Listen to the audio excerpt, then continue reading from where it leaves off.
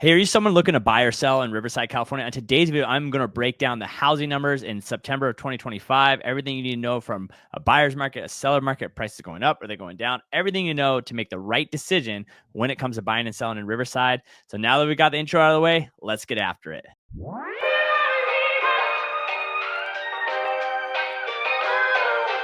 What's going on, everyone? Adam Swartz here, and this is Living in Riverside. If this is your first time to my channel, every single week I drop videos about buying and selling in real estate. So make sure you hit that subscribe button. Also hit that bell button so you don't miss out on any of my weekly videos. Like I said, today we're going to go over September housing numbers so you know if we're in a buyer's market or in a seller's market when it comes to buying and selling in Riverside. And if you are someone who's thinking about buying or selling in Riverside, hop on my calendar below. I have plenty of people every single day just like you that hop on my call list. I jump on a call with them. I explain to them what I think is best for them when it comes to buying and selling in Riverside. So let's jump into the breakdown that I have for September. We currently are seeing home prices just dip down 2.5% from last year. We've almost seen housing staying the same in the last year. So what we've seen is, a lot of people say, hey, is it a good time to buy? Is it a good time to sell? The thing I will say about buying a home right now is if you plan on buying a home and staying in a while, then yes, it is always a good time to buy. But if you're someone who bought last year and now you're trying to sell, it's going to be hard because we have seen home prices not move at all. We've also seen increase in inventory, up 88% available homes from last year. And so when more inventory hits the market, more buyers have options, and that's what start lowering the price. Because what I always say to people, buyers decide what a house sells for, like the price point, because they're the ones putting the offer in, and sellers decide if a house sells. We've actually seen a big increase of homes coming off the market. And what is that telling me? That's telling me a lot of sellers are going on market. They don't really need to sell. It's not a life-changing thing. And they're trying to see what money price they can get for it. If they can't get it, they pull out the market. And that's something that I don't think some people realize. If you don't need the equity to sell, if you're a seller, doesn't have equity, needs to buy it for someone else, your mortgage payment is probably so low because your interest rate, you're just going to probably rent your house out. The only people that are selling right now is because they have to sell. That's it. And so we're going to see definitely over the next, I would say 5 years, we're going to see a lot of people put their house on the market. If they don't get some crazy number, then it financially makes more sense for them to rent it out, get that cash flow, pay down that mortgage. And so inventory is going to keep going up because we're going to see more people going on market. But with rates being where they're at, they might not get the prices where we have. I mean, obviously, we've seen a decrease in volumes for sale. That's why a lot of agents I've talked to that were around in real estate in the last crash, which I was not, I've only been doing this 10 years, is they said that this market's worse than that market because back then, at least you had REOs, you had short sales, you had people moving. Right now, we're just seeing no movement. Buyers are sitting on the sideline because rates are too high. Sellers have low interest rates and nothing to buy. That's something I always hear a lot of sellers say. It's like, I would like to sell my house, but there's just nothing on the market that would make me want to sell my house. Going to the next slide. Going to, like I said, medium home price is $645, $650, right around there. Like I said, from last year to this year, we've seen a 2.5% decrease in pricing. Really not that big of a deal. I definitely don't think we're going into any massive price crash, but we need to know that prices are probably going to stick around the same, I would say, unless something crazy happens with rates. We're probably going to be around this medium home price going into middle of summer of 2026. Just to show you inventory. Inventory has gone up. So every Monday I track inventory on how many houses are in the market, just to kind of give you guys an idea. When COVID in 2020 and 2021 happened, we had around 200 houses on the market. We currently have right now around 590. So in 5 years, we've definitely seen a double, increase, 2x or 3x what we're on there from 200 to 500. But we're definitely nothing close that we saw when the last housing market crashed, which was roughly around 5,000 houses on the market in Riverside. Sales volume down. We all know that. Not 190 houses sold last month. We sell roughly, I've been tracking, we sell roughly 40 to 60 homes a week in Riverside. And outside of between 40 and 60 homes, roughly 50% of those sell below list price. So what is that kind of telling me as an agent? That's telling me is that most people are just overpricing their homes on the current market.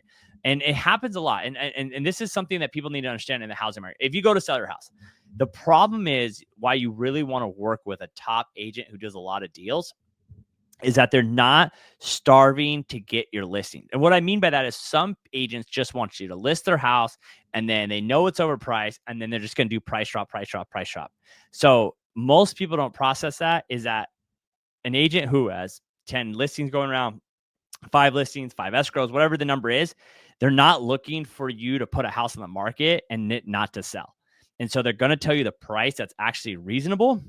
And in this market, if you meet with 2 agents and one tells you 700,000 and the other one tells you 750, there's no way you could be that off on pricing where it's 50,000 off. And what we're seeing right now is if you overprice your home, it will not sell. Great story I have for you guys is in a house we just put in escrow right now. It was a house that we had in Canyon Crest, and it was less than at 775. It is a divorce, so they were kind of arguing about pricing, and it wasn't moving. We were getting no showings. It wasn't selling. So I dropped the price down to 750, did an open house, and I got an offer at 769. So only 6,000 below what we're currently listed at.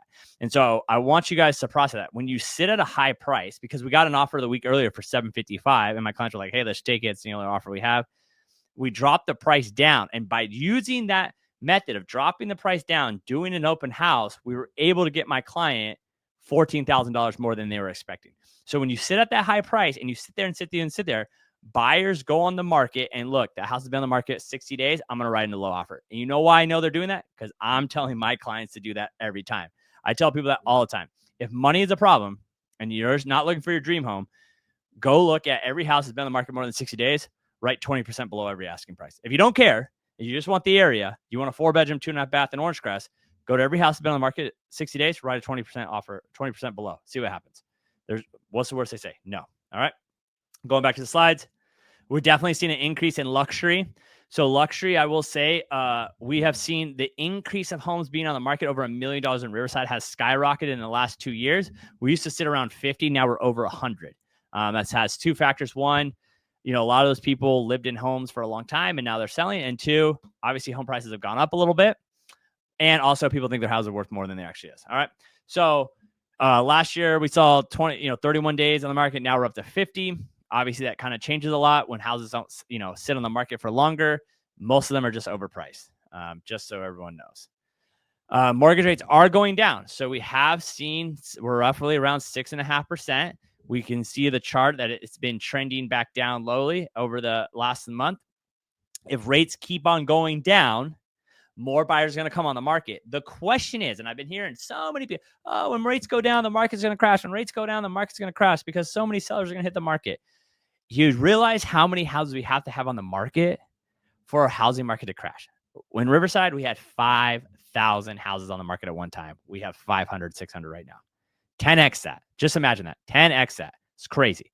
Advice I give every person. If you live in a neighborhood, say you're renting, you want to know if it's a buyer's market, see how many signs are up and see how long they wait to go back down. If they go up fast and they go down fast, seller's market. If they sit up there for a long time, buyer's market. Very simple. Real estate is not as complicated as people want to make it. All right. So what does that mean if you're a buyer out there? And I'm going to tell you based on experience of us working with buyers. If you go on a house and it's nice and it's turnkey and it's priced right, it will probably sell at least at asking price, at least. If it's been sitting on the market for 60 days, write an offer where they're giving you closing costs and below asking price. Very simple. You now have the power. And if you're worried about your monthly payment, get them to give you enough closing costs to do a 2-1 buy down, 3-1 buy down, where they buy your rate down for this year, they buy your rate down for next year, and they buy your rate down. That is a way for you to lower your price. So if you're stuck on the fence about monthly payment, click the link below, hop on a call with me. I'd love to talk to you about options you have when it comes to purchasing to lower your payment. All right. So we all kind of know that's what we're in. Next thing. Now we're in a seller's market. Okay. Right here it says home prices when 3% of the market value sell 2.3 times faster than overpriced listing. Very simple, guys. When pricing homes right now, you have to price on the aggressive side. If you overprice, it will sit. I've had so many conversations with agents lately. So many conversations. Oh, the house is priced right. It's been 30 days. It hasn't sold yet. It's overpriced. Homes are selling in the first 10 days in Riverside. So if your home is sitting on the market, it's overpriced. And I don't ever understand this with sellers. I'm going to say this right now. If I was going to go sell my house and it's not selling, just drop it by 50,000, get a bidding war, see what buyers actually want to pay for your property. And if it doesn't sell, or if it doesn't get the number you want, like on eBay, let's treat it as eBay. eBay, it doesn't hit the reserve, you're not forced to sell, even if it's over asking price. If a house doesn't hit the number you want, don't sell it. And so if you're getting to that point where you're about to take your house off the market, and you're like, hey, we don't want to sell anymore. Let's just take our house off the market. Things like that. Drop the price and see what you get.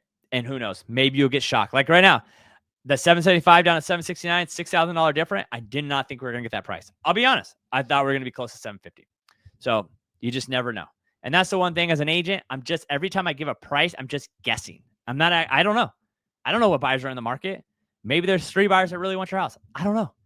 All I can do is give an estimate and let the market do it. So hopefully that video helps kind of give you an idea what kind of market we're in right now. If you have more questions, I know this is a general video, hop on it. Like I said, every single week I get people just like you reaching out to me. It's real estate is all about designing the perfect plan for you. And that's the hardest part. You got to talk to a professional you truly like. And it doesn't matter if you're working on thinking about buying and selling in 9 days or 90 days. We're always here to help you. This is what we do. The sooner you hop on a call with a top agent and just tell them your game plan. Hey, I'm 90 days out. I'm 120 days out. I don't know what I'm actually going to buy. And you just go, and the agent will be like, hey, listen, this is what I would do. Hey, listen, you're 120 days out. How often do you want me to check in on you? Every month. Okay, cool. I'm going to check in every month. And if you need something, reach out before. All right, great. If you want to go to a open house or you see it's something or you see, like, don't think you're bothering me. This is my job. So hopefully this video helps. Click the link below. Hit that subscribe button. I appreciate everyone who watches my videos. And until next time, guys, peace.